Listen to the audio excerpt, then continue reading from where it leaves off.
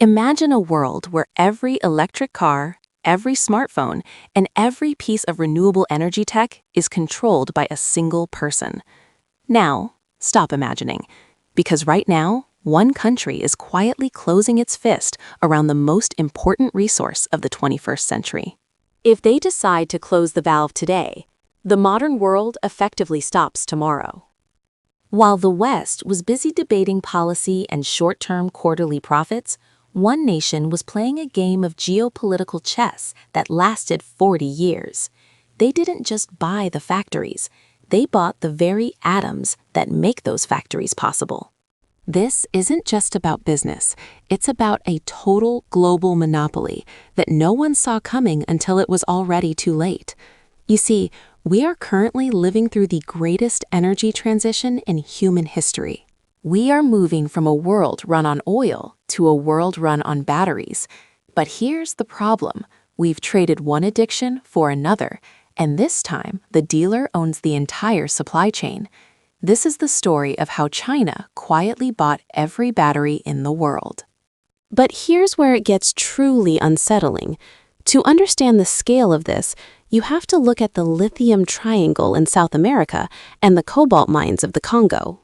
For years, Western companies looked at these places as too risky or not profitable enough. But while the CEOs in New York and London were looking at next month's balance sheet, Beijing was looking at the next century. They started pouring billions into infrastructure in the Democratic Republic of Congo. In exchange, they didn't want money. They wanted the cobalt. Today, Chinese companies control roughly 80% of the world's cobalt refining. Think about that. If you have a phone in your pocket right now, there is a nearly 100% chance that a Chinese company touched the minerals inside it. Now, this changes everything, because it's not just about owning the dirt, it's about the refining. This is the part nobody talks about. Even if the United States or Europe finds a massive lithium deposit tomorrow, they still have to send it to China to make it useful. China has built a refining wall that the rest of the world cannot climb.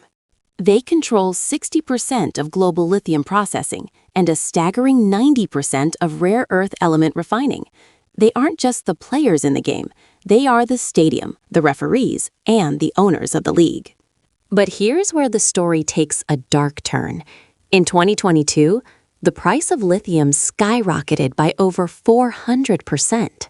While Western car manufacturers were panicking, trying to secure enough supply to build even a single model, Chinese giants like CATL and BYD were expanding. Why? Because they weren't buying lithium on the open market. They owned the mines. They were insulated from the very chaos they helped create. And if you think the West is catching up, think again. This is where it gets worse.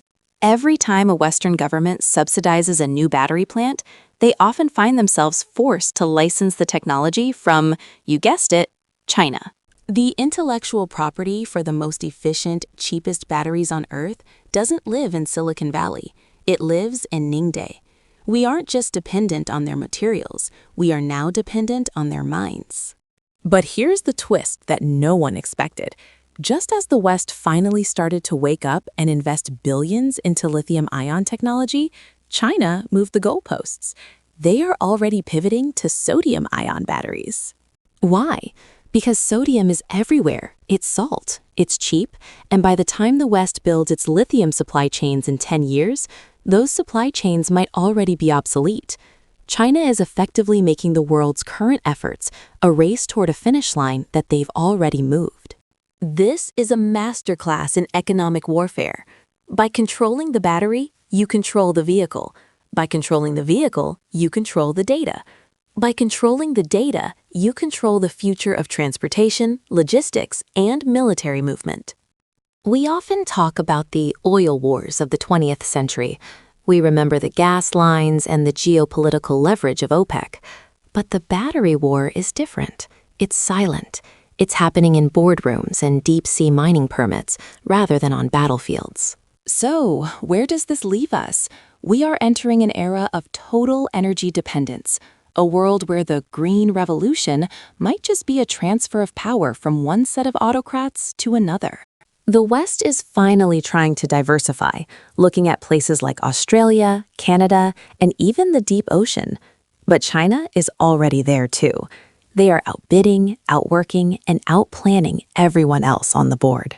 The next time you plug in your phone or look at a sleek new electric sedan driving down the street, don't just see a piece of technology, see a tether, because every battery is a bridge back to a single source of power. The world didn't wake up one day and find itself dependent on China. It was a choice.